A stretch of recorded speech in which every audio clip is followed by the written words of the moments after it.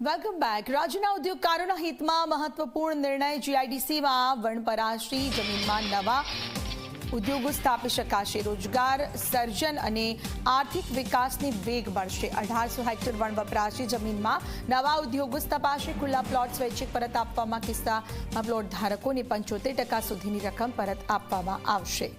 રોજગાર સર્જન અને આર્થિક વિકાસને વેગ મળશે। 1800 હેક્ટર વણવપરાશી જમીનમાં નવા ઉદ્યોગો સ્થપાશે।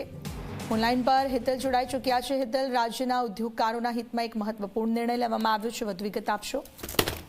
ખ્યાતિ એવું કહી શકાય કે રાજ્ય સરકારે લાંબા સમયથી અટવાયેલી જે મેટર હતી, ક્યાંક ને ક્યાંક જોવા જઈએ તો જીઆઈડીસીમાં અનેક પ્લોટની ફાળવણી કરવામાં આવી છે, પણ જો કે એમાંથી 1800 હેક્ટર જેટલી જે જમીન છે એ પ્લોટો ફાળવી દીધા પછી તેનો કોઈ ઉપયોગ થયો નથી।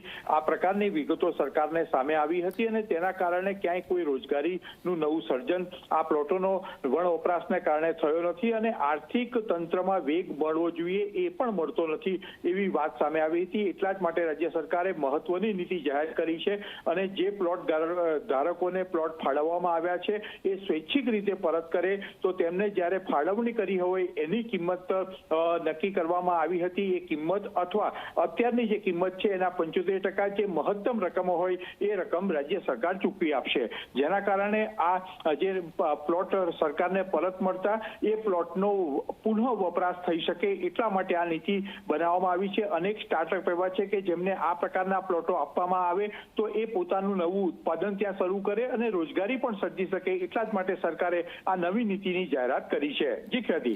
જી બિલકુલ, આભાર આપનો તમામ માહિતી બદલ।